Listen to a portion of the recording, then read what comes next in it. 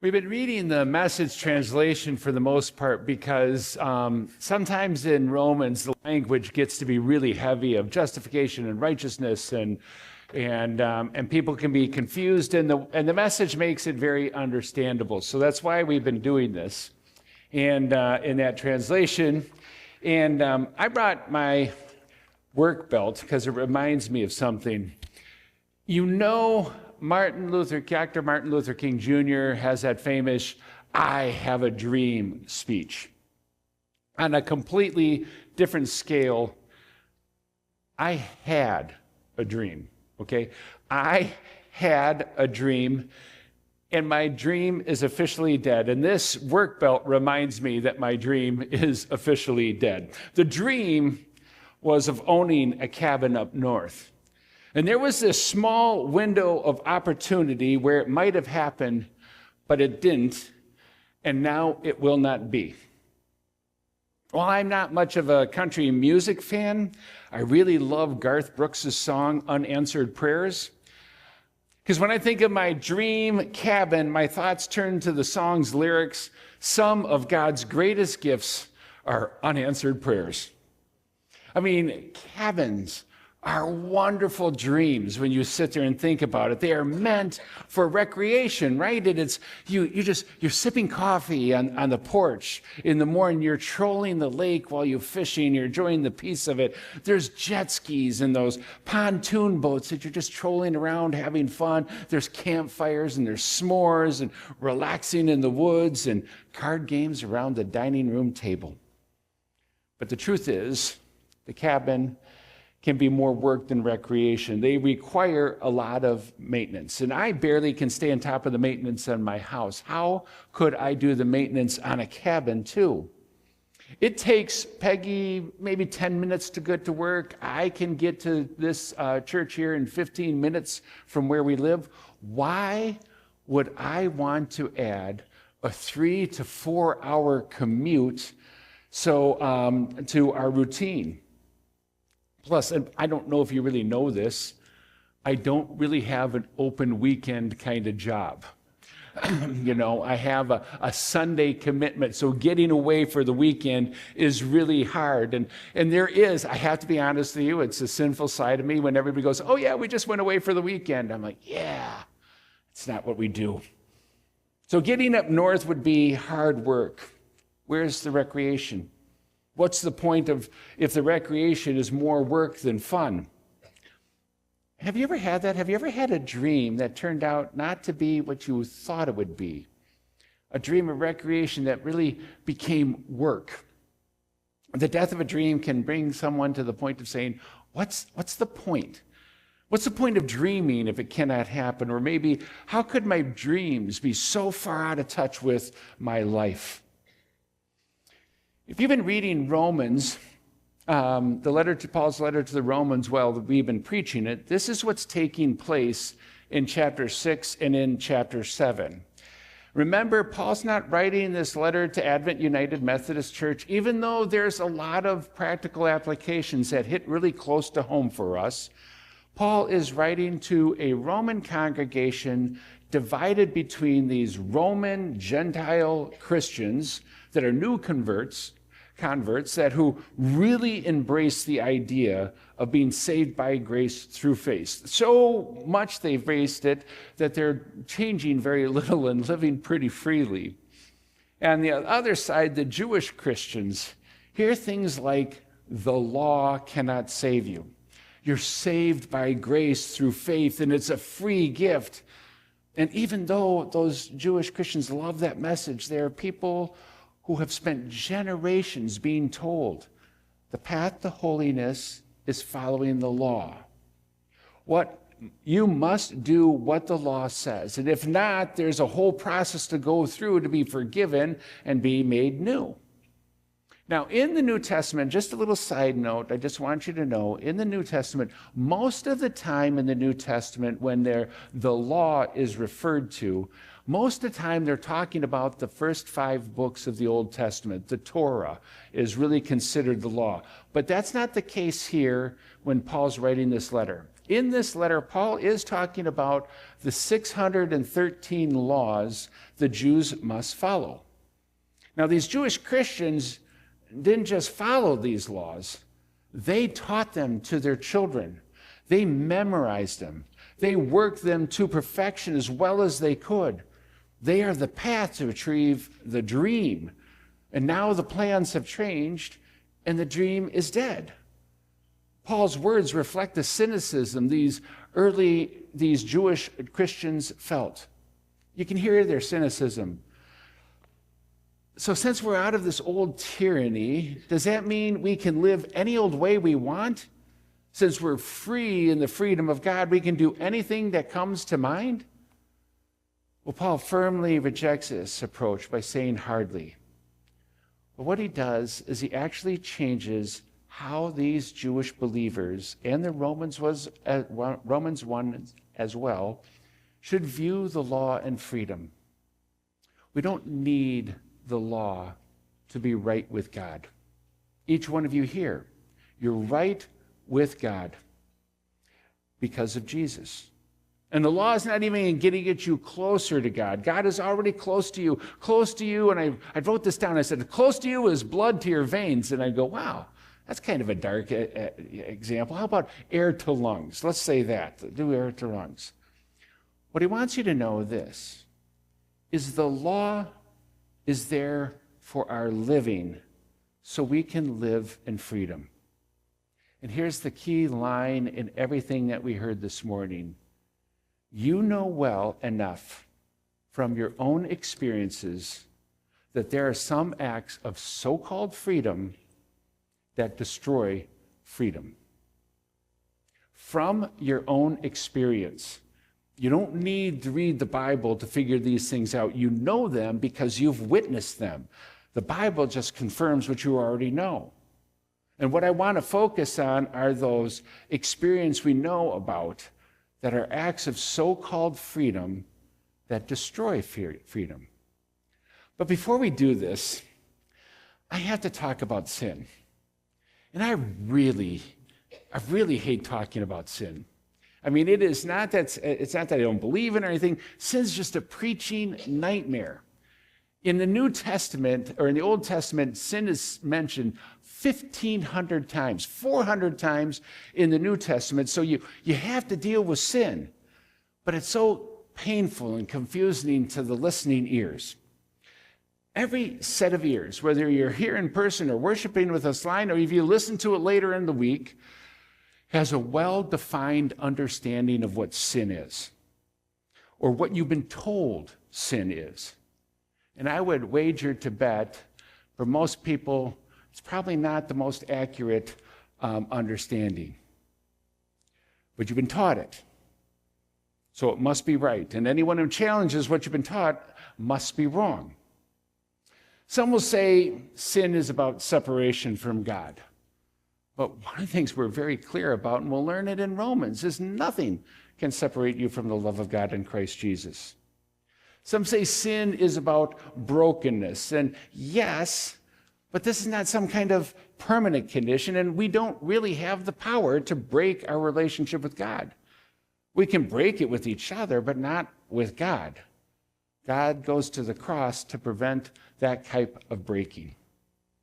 The problem with brokenness, if you deal too much into that kind of a definition, it leads to that feeling of moral failure. And this is a popular approach to sin in the culture, that sin is a moral failure. It's popular because human beings really love telling other human beings what they're doing wrong. We love to do that. And we know how to fix all your problems. And I didn't mean to point at you, Joni. It was just a total accident. You too, Sue. It was just going that direction. My entire life, I've been hearing our country is falling apart. It's never been worse. And there's always one moral failure that's a whole problem for the country falling apart. And if you've heard this too, don't worry. Wait a decade. If you can just wait a decade, then the day will come that we've never had it worse. And the day that was really, really bad 10 years ago, all of a sudden becomes, we never had it that great back then. Theologian Mary Hinkle-Shore wrote what I want you to know about Paul and sin. Okay? She wrote to Paul in this chapter, sin is not about separation. It's not about brokenness or moral imperfection. Sin is the power that vies for control with the Creator. Or as we read today, sin is the freedom that destroys freedom. Let me explain. When I was a senior in seminary, I got a call from my sister. And while it was a wonderful conversation, after a while I learned the real purpose of the call was a reference call.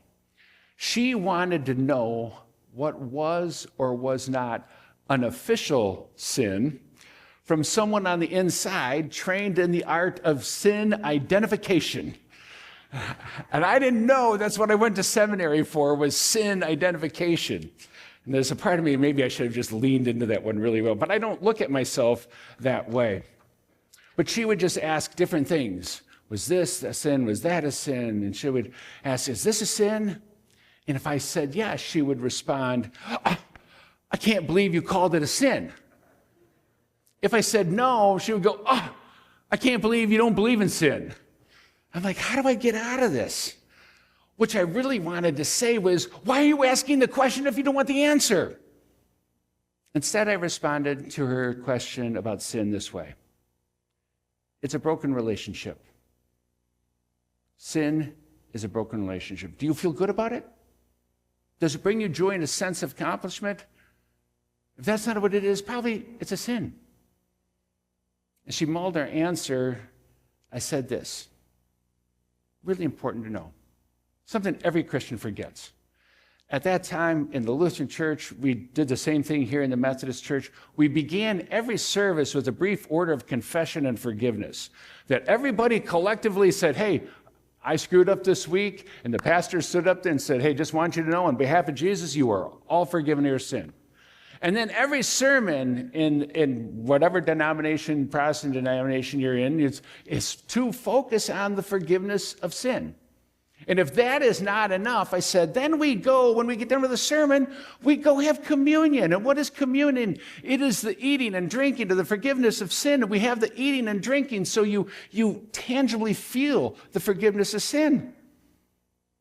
So why are you worried about sin? Why not embrace forgiveness? Later on in life, I realized something. The longer that I served as a pastor, I learned this. For most people, maybe the one not forgiving is you're not forgiving you for you. It's nothing about God, because I know God has forgiven you whatever you've done. If you don't believe you're forgiven, you're living in a prison that is really hard to get out of. You have the freedom to not believe in God's promises, but it is a freedom that destroys freedom, because it just cuts into your self-identity and your self-worth. Accepting forgiveness, giving God the controls of your life, is actually true freedom. When I was at Camp Shalom in Davenport, Iowa, my maintenance director showed up to camp one Sunday morning before kids got there, and he had a holster with a pistol. I was just looking at him. I said, what are you doing? Now, he legally purchased the pistol. He went to gun safety classes. He even taught gun safety classes. He followed all the laws. He had all the freedom to follow the laws in purchasing a conceal and carry weapon. Everything he did was by the books. On one Sunday, he showed up before camp, and campers arrived with this gun in his side, and I told him he was not to wear that gun whenever guests, adult or children, were on site. And he was not to store any firearms anywhere on camp, because you don't know who could get to them. He agreed, But then I asked him, why do you need that? Why do you need that? Like I told you before, I've lived in some of the toughest neighborhoods in the country. I've never felt the need to have a gun. You're living in Makokata, Iowa. Why do you need a gun?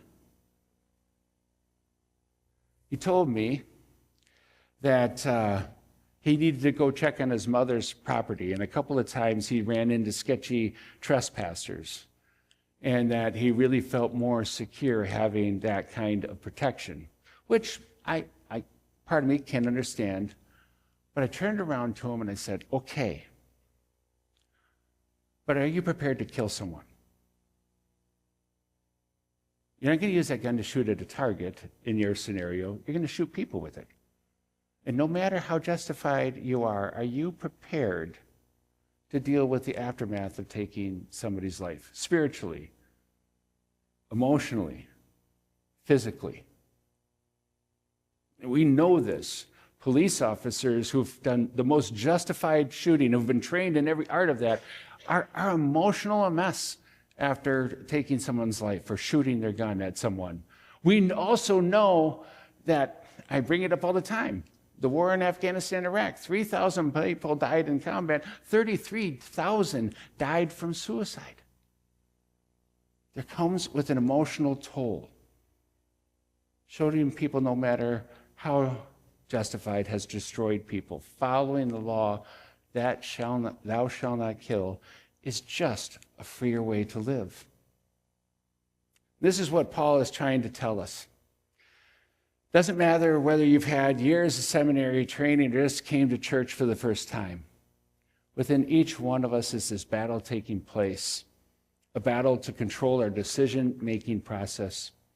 And there is this selfish side that only sees what's best for us as individuals. Sometimes our selfishness is so strong, it doesn't even consider what's truly best for us or safest for us.